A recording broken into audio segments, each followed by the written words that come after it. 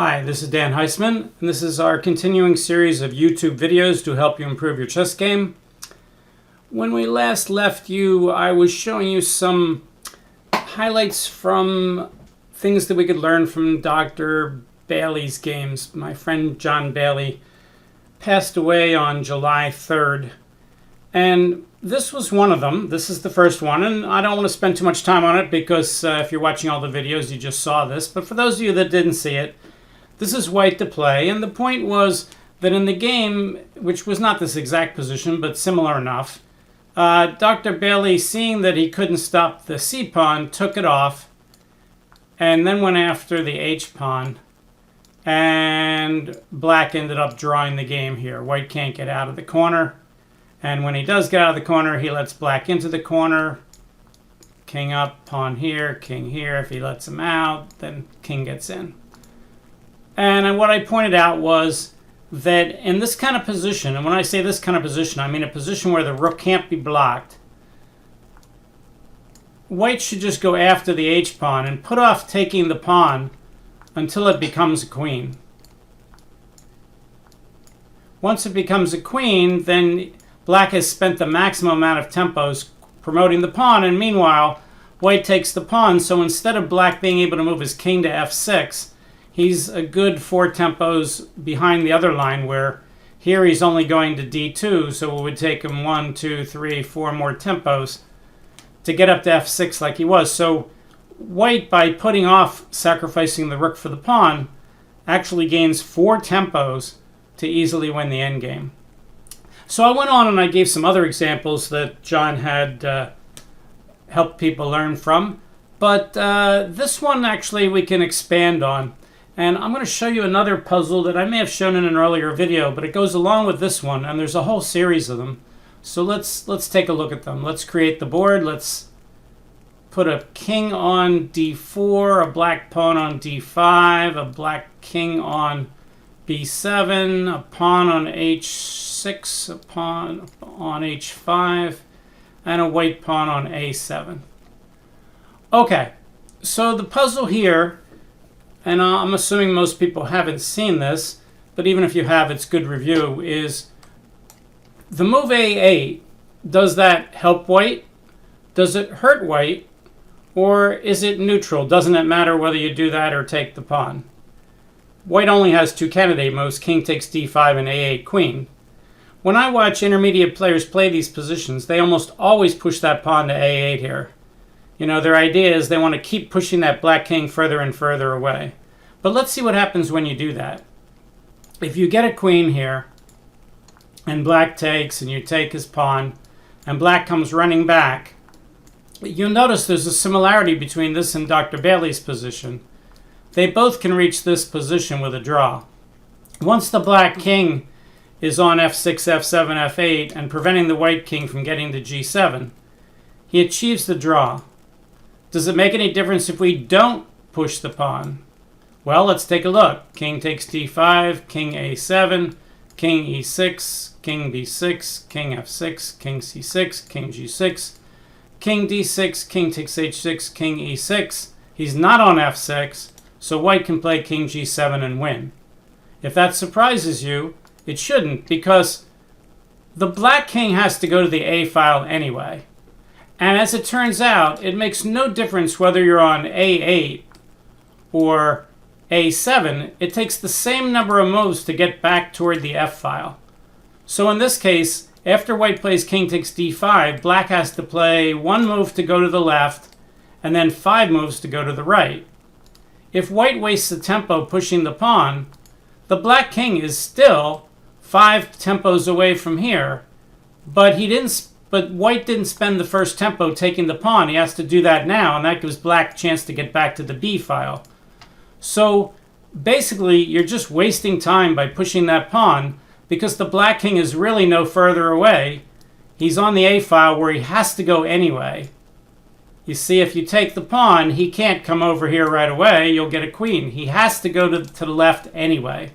And since he has to go to the left anyway, you don't want to spend your time pushing that pawn. So that may be a surprise to you, that pushing this pawn gives black a draw, while not pushing the pawn does not. Okay, so let's go back. Let's go back a couple of moves. Let's say we had a position like this. Pawn on a4, king on d6.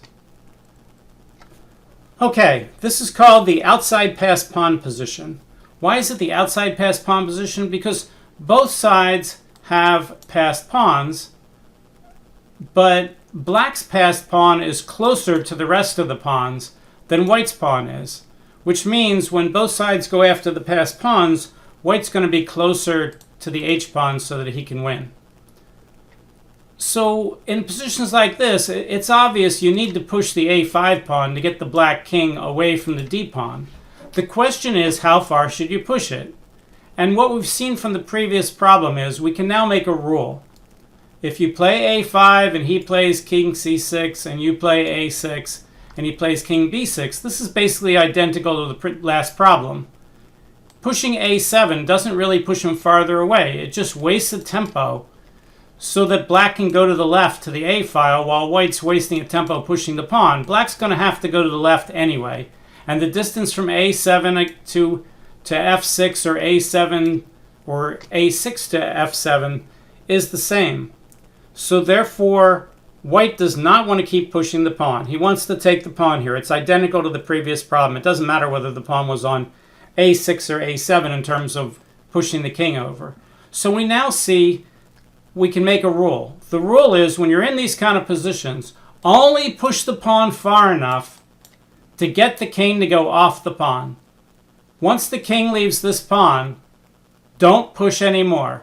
Just stop and run over. So here, a5 good, a6 good, but a7 bad. Instead, king takes, king over, king f6.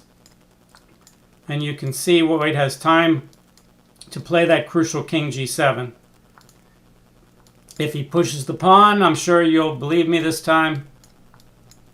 King takes, king up. Now he's only 2 ranks behind, which is what he wants.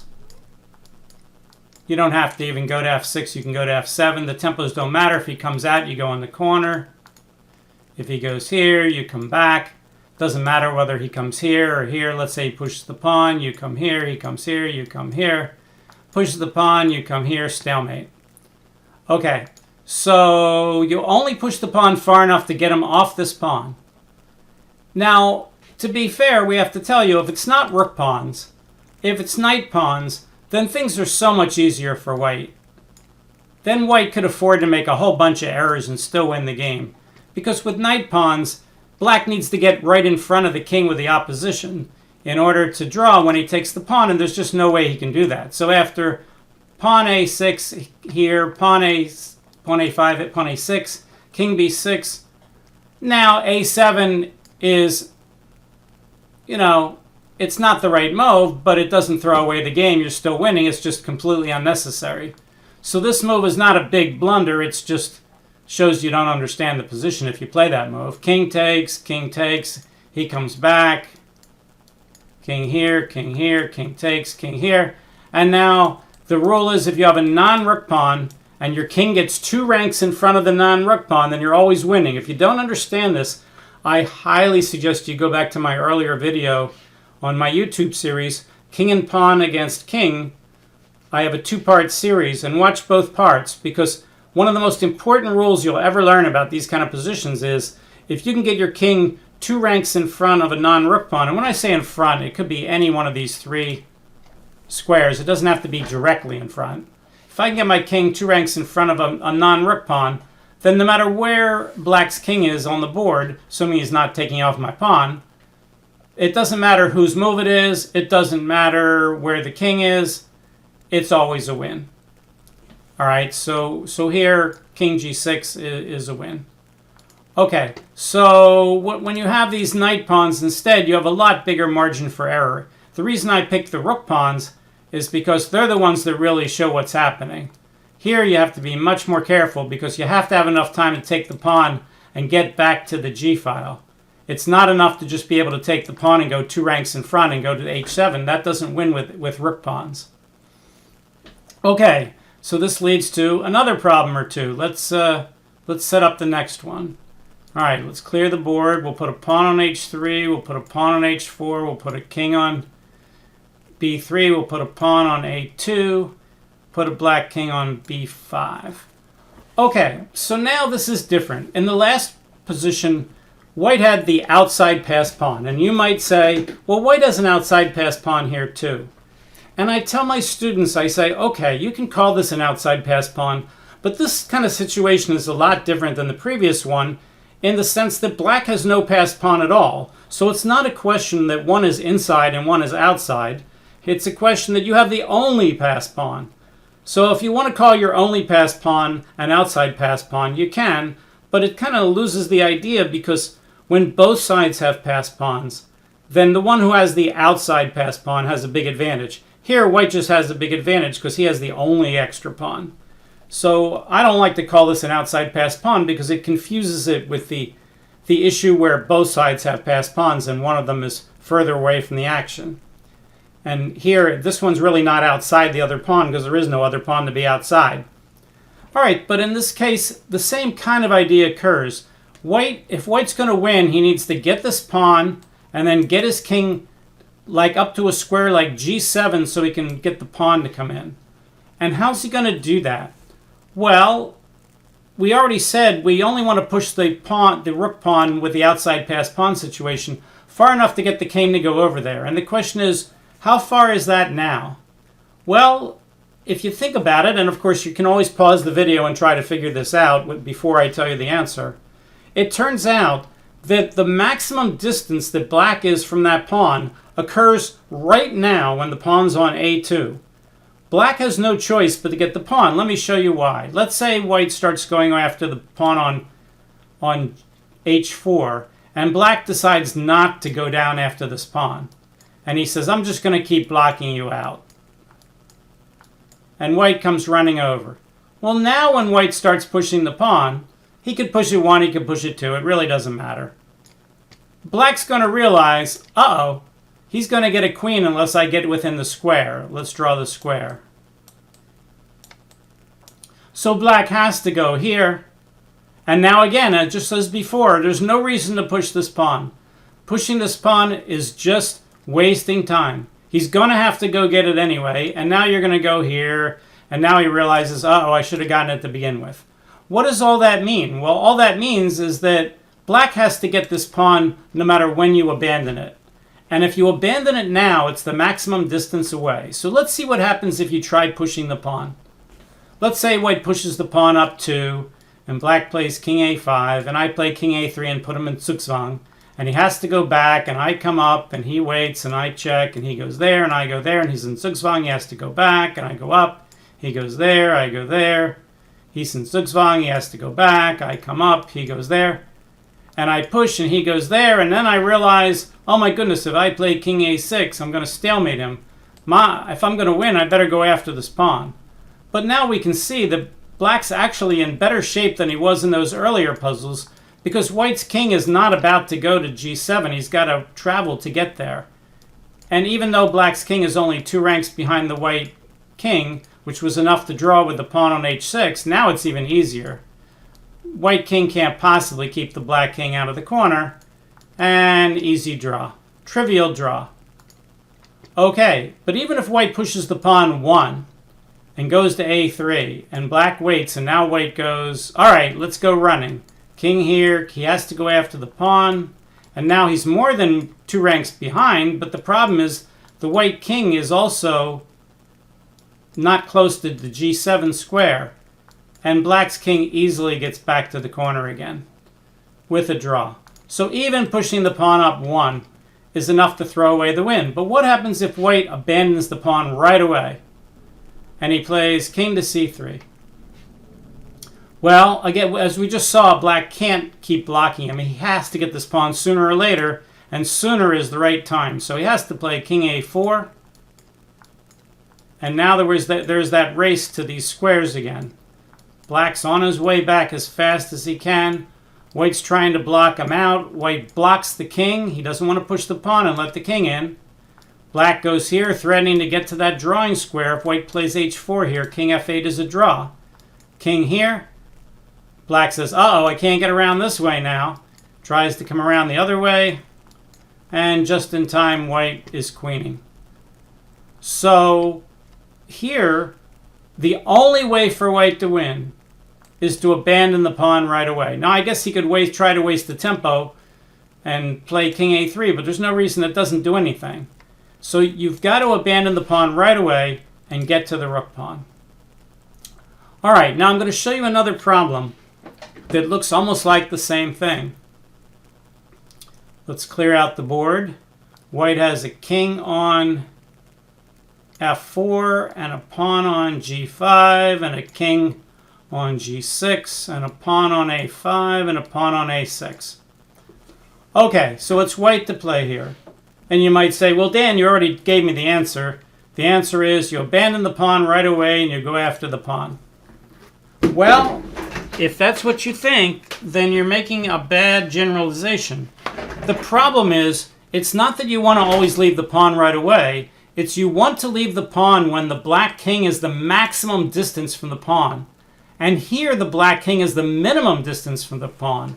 So if you play king to e5 and he takes and you play here, we now have the mirror image of the other puzzles that we looked at. And here black plays king c6 or king c7, and white's king can't get out of the corner without letting black's king in the corner. Draw. So abandoning the pawn is not the idea. The idea is you want to abandon the pawn when you're the maximum, he's the maximum distance away. And right now he can take the pawn instantly. And that gives him the most time to get back. So the right way to win this is to do just the opposite of what you did in the previous one. In order to get that black king the maximum distance away, you stay with the pawn. Let's say he goes straight back, which he usually should, and you play king f5 and he plays king f7, which, by the way, I do not call the opposition because there's a pawn on the same rank as the king. The opposition is only when the king's in front of the pawn. If you want to call it the opposition, you can. There's no harm in that other than it might cause confusion.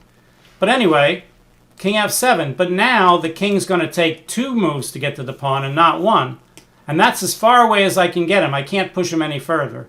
So now I leave the pawn. And now he's 3 ranks behind me. 3 files behind me, I'm sorry. And I have time to come out to b7 and get a queen. All right, so can you see the difference now between the two? I don't want him to take this pawn right away and start trailing me. So I force him to go back away, and now I run. That makes the sense. If we go back to the previous problem and look at the difference,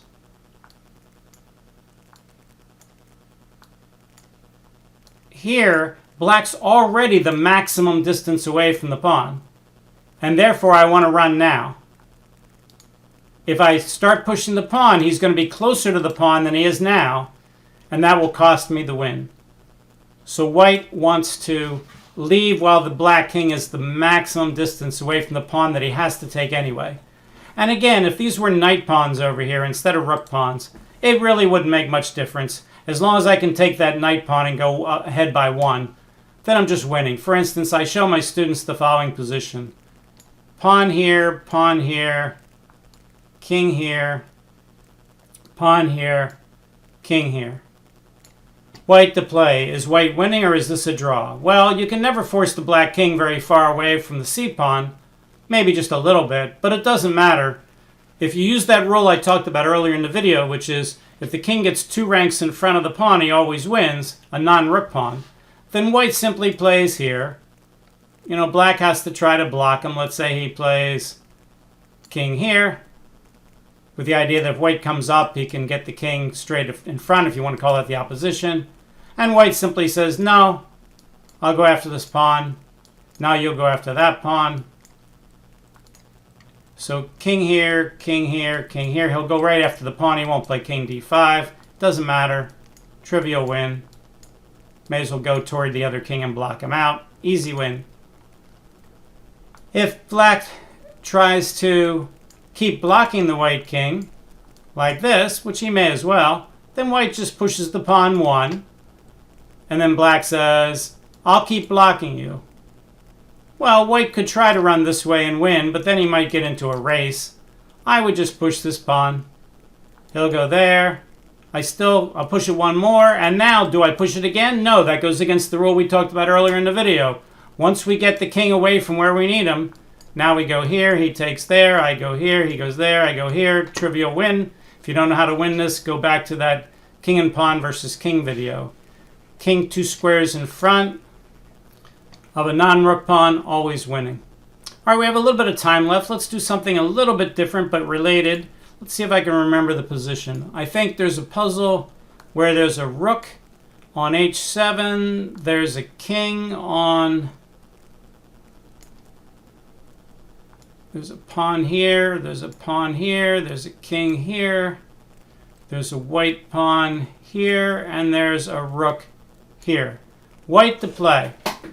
Well, if white gets a queen here, pawn up queen, rook takes, king takes. Let's ask Stockfish what's happening. Stockfish says king g6, rook h8, g4, just giving up the pawn, rook takes, king g5, let's say rook h8, g3. He can't just draw, he has got to bring the king up, king f4, king up, king f3. He could check him if he wants, king to e2. If he keeps checking him, what's the point? King d5, g2, rook here, king f1, draw. So getting a queen here is the wrong idea. The right idea is to play rook checks.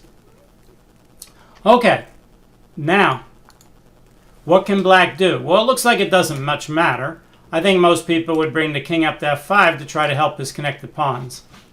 So king to f5. We'll come back to this situation in a second. And now, unlike those other puzzles, and unlike Dr. Bailey's game, we can put a rook in the way and threaten to get an entire queen here. Rather than winning a queen for a rook, rather than giving up that pawn and winning the rook, we want to get an entire queen. Clearly, rook takes rook, king takes is impossible. Rook takes, king takes. Let's say king g4, pawn up queen. If king g3, I can just stick my queen in the corner. I call this kind of a go-to-sleep kind of position. Black can never really threaten me here. g4, bring my king closer. h3, bring my king closer. h2, bring my king closer. King h3, bring my king closer. g3, my king is close enough. And the rest should be pretty easy. King to h4, queen here. Doesn't matter. King to g5. I can just play queen takes check and take the other pawn. Real easy win. Okay, so rook checks, king f5, rook here. He can't take the rook. So what he wants to do is keep checking the king. Check. King here. If the king, after I check, if the king comes up, he'll put his rook on the back rank, sack his rook for the pawn, and try to get the draw. So what white's going to do is use the black king as a shield. King d7, rook checks, king here, rook checks, king here. The rook can't get to the back rank. He can't queen the pawns in time, and white's just getting a queen, and he's winning. So this black king is a shield. Now, if you see that and say to yourself, yes, but the black king didn't have to go there. He could have stopped the white king from coming there. Let's go back and look at that. Rook checks. Let's say black says, aha, now I see. If I move my king up, you're going to use my king as a shield. So I'm going to go to f7 and block you in. So white plays here and black plays check now. What can white do to try to win? Well, now that the black king is further away from the pawns, I can actually let the black rook get to the 8th rank because he can't get his king up in time to help the pawns to block my king. So what I can do now is play king c6, rook checks, king d5, And now rook c8 to stop me from queening. And now I queen. He takes and I take. And now what does he do? If he starts pushing the h-pawn, my rook will easily stop him. But what else can he do? He has no moves. Let's say he plays king f6. I play king e4. He plays g4. I play king f4. He plays g3. I play king here. He plays g2. And I play rook a1. And this game is now over. I'm going to take off both of his pawns. So it's kind of cute. When you check him, if he comes up and helps the pawn so I can't do that, now I'm going to use his king as a shield. And I'm going to win the game by simply getting a whole queen. And my queen and my rook will beat his rook and 2 pawns easily. I'll pretty much be able to checkmate him before he even gets threatening to get a queen. On the other hand, if I check him and he goes back, doesn't really much matter. He could go here and block the h8 square. It doesn't matter. And I go here and he checks. And I go here and he checks and I come up. Now when he goes here and I queen and he takes and I take, my king is closer to getting toward this corner than his king is, which means my king and my rook will be able to block the pawns, and I'll be able to win both pawns, and then I'll be able to checkmate with a king and a rook. So this is a little different than the earlier problems we saw in the video, because in those problems there was no piece for the defender to try to block in the way. We were looking at more lines where, when do you take this pawn for black? And this also tells you that if black, let's say black's last move here was, let's go back a move. Let's say black had been with his king here, and it had been black's move now. And let's say black played king to f6, waiting for white to get a queen so he could take it off. Well, we can see king f6 is a blunder. He should play maybe like king f5 here. Let's say he didn't even have a chance to do that. Let's say black, had to go f6. It was his only move for some reason. Then what black should be doing instead with his move here is to take off the pawn now before white gets a chance to get his rook in the way. Now, as we just said, he could have avoided all that, but we're pretending that he had to play king f6. So if he has to play king f6 in this position, it loses. So you may as well take the pawn now before he blocks it with the rook. That's just the opposite of the Bailey thing, where there's no other piece on the board. In the Bailey thing, you can wait till the last possible second, which is when he gets a queen. But in positions like this, you can't wait till someone gets a queen, because if they can put a piece in the way, whether it's a bishop or a rook or a knight or whatever, that may enable them to get an entire queen. And of course, it's a lot more chance that you'll be winning if you're white here, if you can get a whole queen, than it would be if you just win a rook for a queen. I see a lot of times, some of my amateur games that I look at, people get queens and win the piece, when in fact, if they thought about it a little, they could do something to stop the other piece from sacrificing itself for the queen, and then they would get an entire queen, and that would win the game. So when you have a passed pawn like that, you don't always just want to push it into the end and win the piece. Sometimes that's the absolute correct thing to do, but then there's other cases where you could get a queen by deflecting or blocking the piece that's trying to stop it. Okay, so hopefully you enjoyed today's video. Endgames are a little tricky. Sometimes endgame knowledge doesn't help, but everything you see about endgame should tell you play endgame slowly. Take your time, play fast enough earlier in the game that when you get to endgames you have time to play them and think about the moves. There's very often extremely critical moves in the endgame, and having time to think about them and actually trying to analyze those positions. Just don't go by knowledge. Try to sit there, figure them out, each move. Just because you figured it out on the previous move doesn't mean on the next move you can play it really fast. Each move, recalculate it again. Don't make that error of calculating 10 things ahead and then just playing all 10 real fast, and then it turns out the first 7 were okay and the 8th one loses you the game. Each time you have a move that you've calculated, take your time and recalculate again. Okay, if you enjoyed the video, hit that like button. If you haven't subscribed to the channel, I appreciate it. We'll see you next time. Thanks. Bye.